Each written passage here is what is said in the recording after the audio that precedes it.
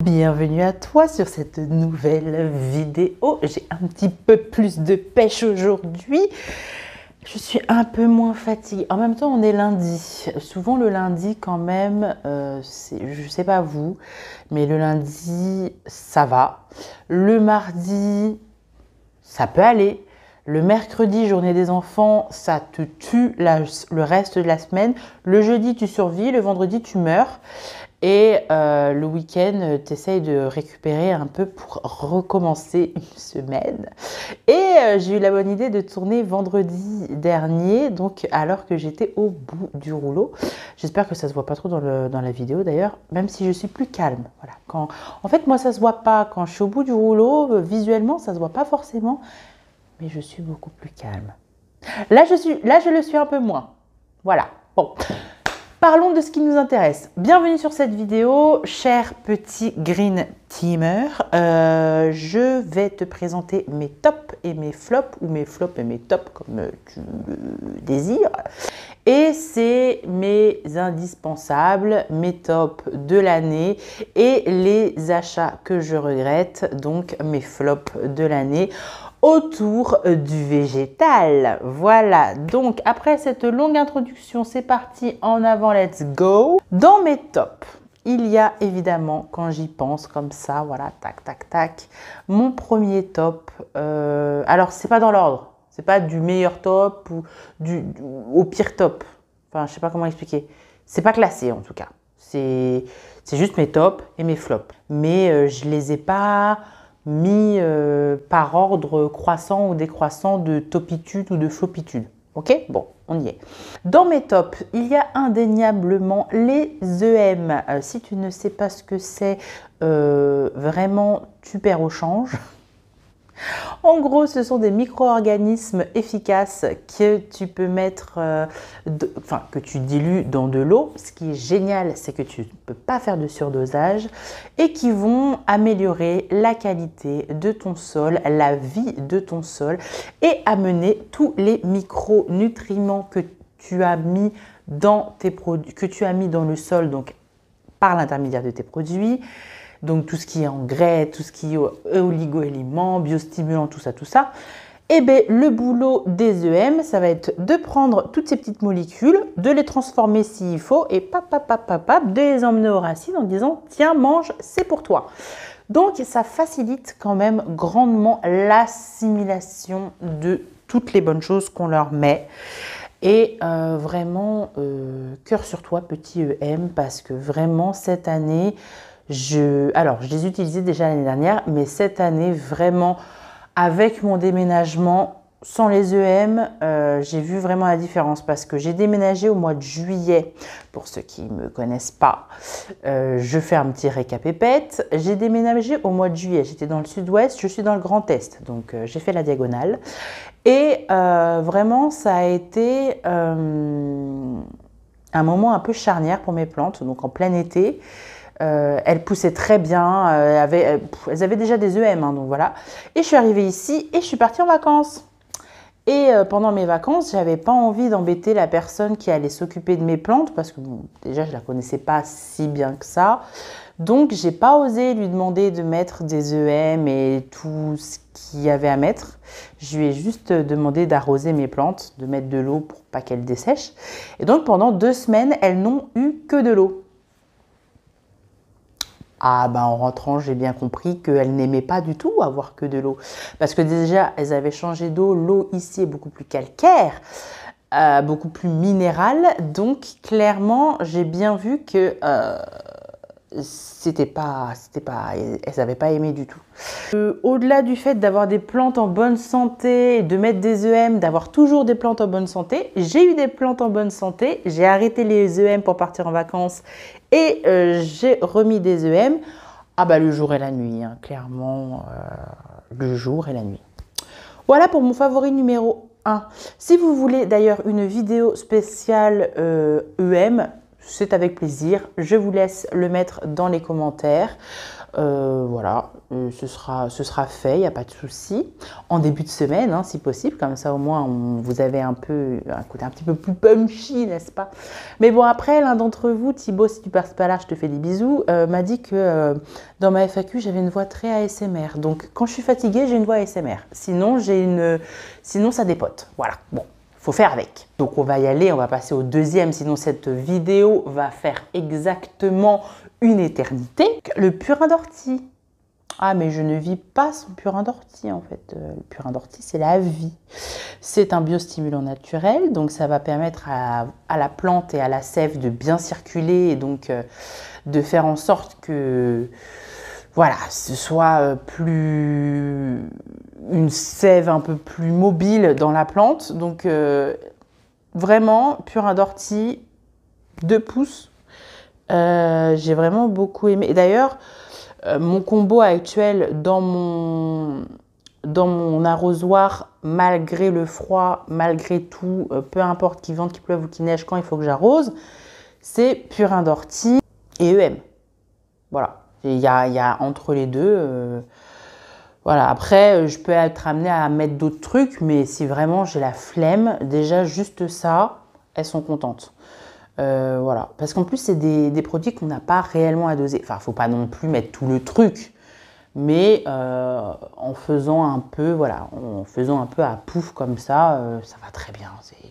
C'est pas 5 millilitres de plus de purin d'ortie qui vont faire crever vos plantes, hein. Vraiment, il n'y a pas de souci. Donc ça, ce serait mon chouchou numéro 2. Donc là, on parle surtout des produits. Dans les produits, bon, bah, il y a le Phytomar. Est-ce que je réexplique qu'est-ce que le Phytomar? Le Phytomar va être vraiment un vrai booster, on va dire, au moment de stress. Est-ce qu'on peut filmer en paix? Alors, oui, qu'est-ce que je disais? Je ne sais plus, je suis perdue. Oui, le Phytomar. Le Phytomar, ça aide la plante à gérer les stress, quels qu'ils soient. Que ce soit la sécheresse, donc en été, un petit coup de Phytomar et ça repart. Que ce soit en hiver, quand il n'y a pas de luminosité, ça leur permet de soutenir un peu quand même leur activité, même si c'est un peu galère. Après une attaque de bestiole, enfin bon, après rempotage, enfin tous les trucs qui peuvent venir stresser nos plantounes parce qu'on le sait, elles sont un peu stressées du bulbe assez rapidement. Je dis stressées du bulbe parce que je parle surtout des alocasias. Voilà, les alocasias sans Phytomar, je ne sais pas comment vous faites. Hein, voilà. Alors, sinon...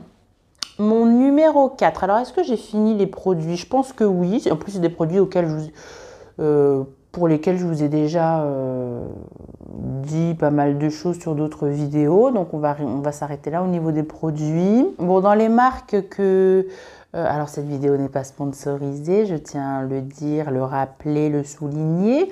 Dans les marques vraiment qui m'ont particulièrement...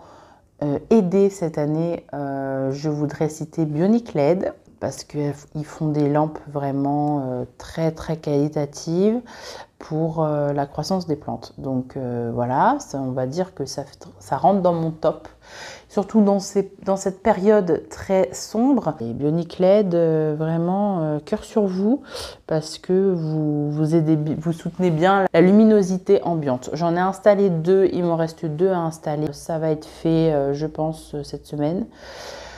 Si j'arrive à trouver du temps, la force, du courage, tout ça.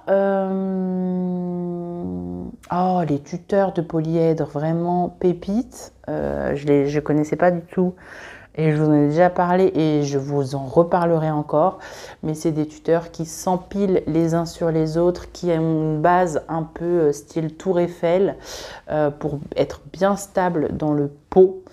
Donc vraiment au top. Dans mes coups de cœur aussi de cette année, je voudrais vous parler du Voodoo Juice. Alors ça, mes cocos, ça remplace très bien tous les enracineurs que j'ai connus.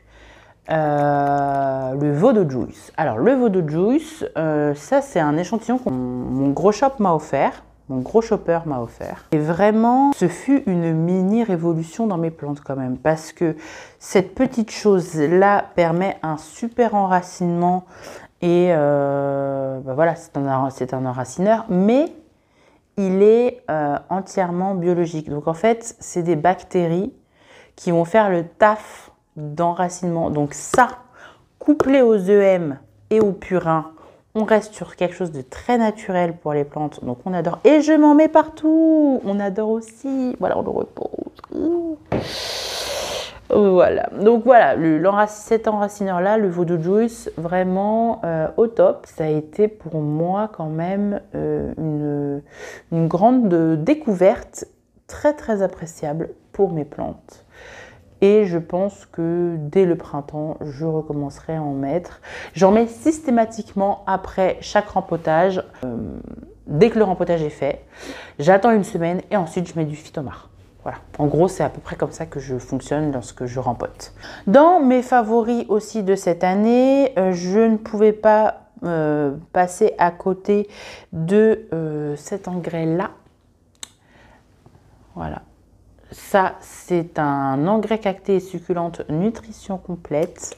Alors, le seul problème, c'est la taille parce que ça, c'est vraiment trop petit. Enfin, je sais pas, si Masso Garden, vous passez par là, il nous faudrait des bidons, s'il vous plaît, parce que mettre 5 € là-dedans pour chaque spray, c'est un enfer. Je pense que le mieux du mieux, ce serait d'avoir vraiment le truc d'1 litre, quoi.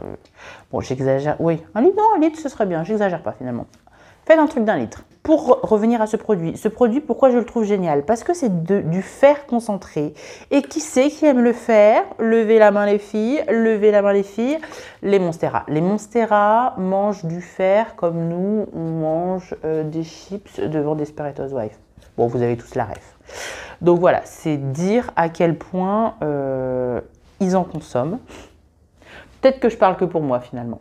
Ça, derrière les feuilles, pour en gros, tiens ma petite Monstera, t'es mignonne, tu pousses bien, je t'aime fort, pchit, pchit, pchit derrière les feuilles, elle va kiffer. Par contre, et c'est ça le problème, alors déjà ça te muscle le doigt parce que tu dois le faire, le jet n'est pas méga puissant, donc tu dois le faire sur toute la feuille et sur toutes les feuilles. Galère un peu le truc, mais de temps en temps, en sortie de douche, en sortie de douche plutôt j'utilise le Plagron qui a à peu près les mêmes propriétés, donc qui a aussi du fer et que les plantes aiment beaucoup, mais qui tâche, donc quitte à être à la douche avec mes plantes, autant mettre un truc qui tâche, un coup d'eau, terminé. Mais ça c'est un petit plus que je vais mettre sur mes boutures de Monstera. J'avoue que sur ma grosse Monstera, elle n'a pas eu le droit à ça parce que sinon c'est fini trop vite. Donc c'est plutôt ma Monstera Dansoni, ma Monstera Dansoni Variegata et ma Monstera Dansoni Mint qui ont eu le droit à ce petit complément alimentaire. Voilà, voilà. Dans mes tops. Voilà, allez, 2 secondes, ma poulette. Voilà. Viens là, toi. Mais fais un effort. Et j'avais hâte de tourner cette vidéo pour pouvoir vous en parler avec plus de détails. Et après plusieurs mois d'utilisation, donc forcément, il n'est pas très propre, il est un peu dégueu. J'ai le plaisir, l'honneur et la satisfaction de vous présenter cette petite chose qui vraiment a changé le game maintenant que je suis en appartement. Alors, à la base, c'est un truc à céréales. Vous pouvez voir, vous mettez vos céréales et vous appuyez, les céréales sortent. Mais qu'est-ce que c'est pratique quand on a besoin de compartimenter tous les éléments qu'on met dans notre sol. Un rempotage devient un jeu d'enfant. Donc ça, je l'avais pris sur Temu dans la vidéo que je vous mets là où je déballe justement, où je fais mon haul Temu. Mais vraiment, pépite. Enfin, je ne pourrais plus m'en passer. C'est-à-dire que là, j'appuie sur les différents boutons pour récupérer les différentes substances. Tac, tac, tac. À la fin, ça c'est plein. Hop, dans le pot. Et c'est presque propre à la maison. Presque, parce que bon, on se connaît, on en fout toujours un peu partout. Je trouve que j'ai eu une riche idée à ce propos. Et puis aussi dans mes tops de cette année végétale, je dirais la mini-serre que j'ai derrière moi, celle-là. Franchement, elle est... Pour maintenant, ça va faire 1 mois que je l'ai, donc je pense pouvoir en faire un retour. J'aime beaucoup. Alors, elle n'est pas hermétique, donc il y a de l'air qui passe, donc on n'est pas sur quelque chose comme dans les box où il faut faire attention, enfin dans les box. Dans les boîtes en plastique avec couvercle, il faut faire attention à l'aération pour éviter donc la moisissure, les champignons et compagnie, le fongique quoi. Là, on est vraiment sur quelque chose où c'est aéré, mais où ça protège quand même. Il y a quand même une certaine humidité qui reste à l'intérieur et mes plantes adorent. Voilà, je pense que si j'avais trouvé la plus grande, elles auraient encore plus kiffé, mais je pense sincèrement mettre toutes mes boutures dans des serres comme ça. Oh. Mon pchit là. Mélodie, fais un effort, trouve tes mots. Mon spray électrique, mais la vie, c'est-à-dire que moi je l'avais. C'est-à-dire que je l'avais et j'avais jamais mis de pile dedans parce que c'est un à pile, c'est pas un qui se recharge. Je l'avais de côté, mais je continuais à faire des pchit comme ça. Et puis vint une invasion de trips. Là, il faut traiter toutes tes plantes. Franchement, le pchit comme ça sur toutes tes feuilles, flemme. Donc, ça m'a servi de pulvérisateur admisible.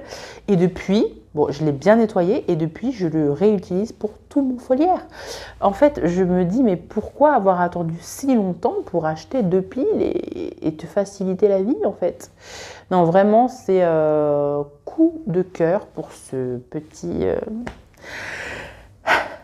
spray électrique. Et mon dernier petit coup de cœur de ce top, parce qu'il y en a plein d'autres, mais il fallait faire une sélection pour pas que justement ça dure une éternité, ce sont ces petits paniers absolument merveilleux. Regardez, oh là là, qui sont choupets, oh j'adore, ils sont trop mignons. Voilà, ça c'est pour mettre des petites boutures ou pour mettre des bulbilles. Bah oui.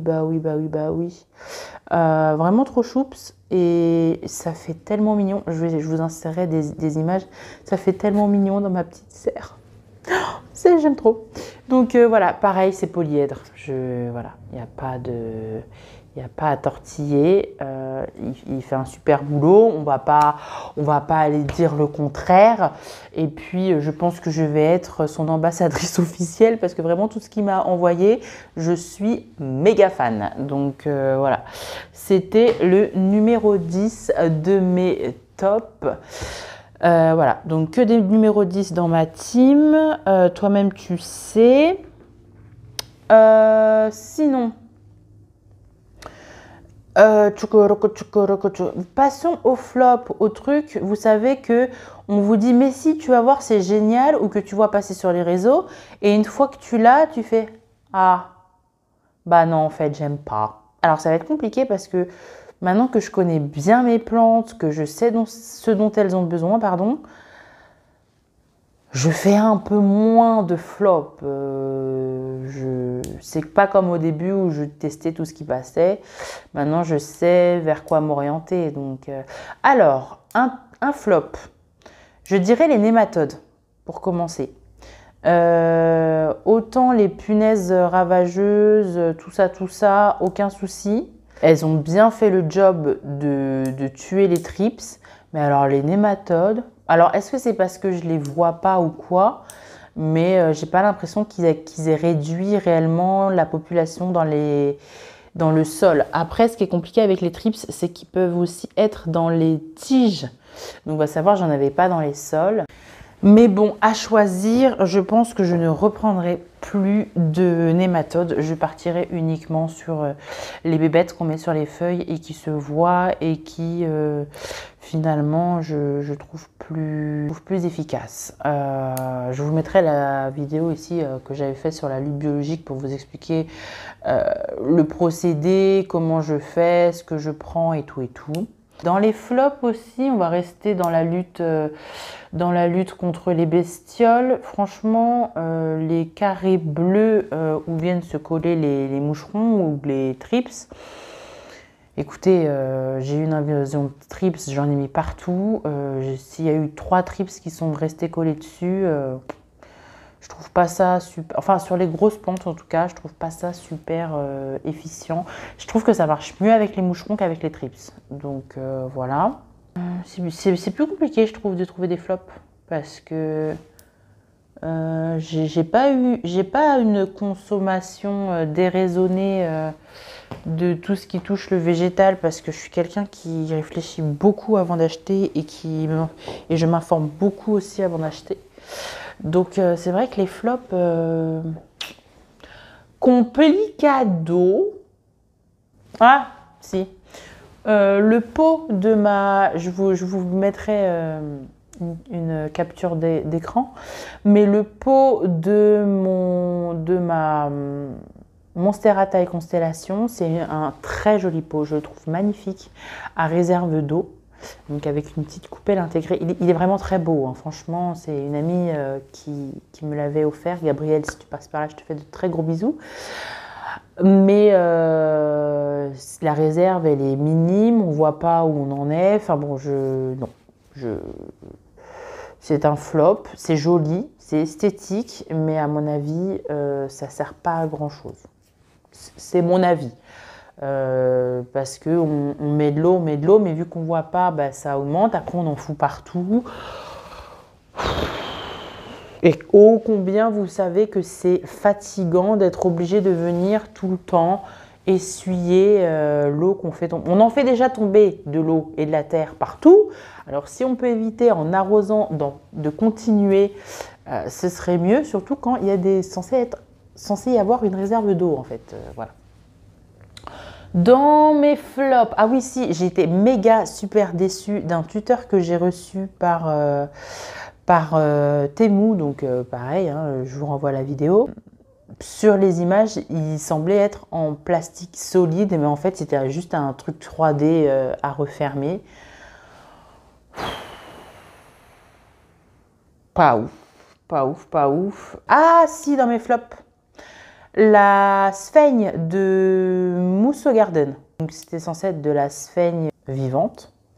Elle est arrivée déjà à moitié jaune. Enfin, elle est arrivée non, parce que je l'ai pris en magasin. J'ai pas franchement fait attention.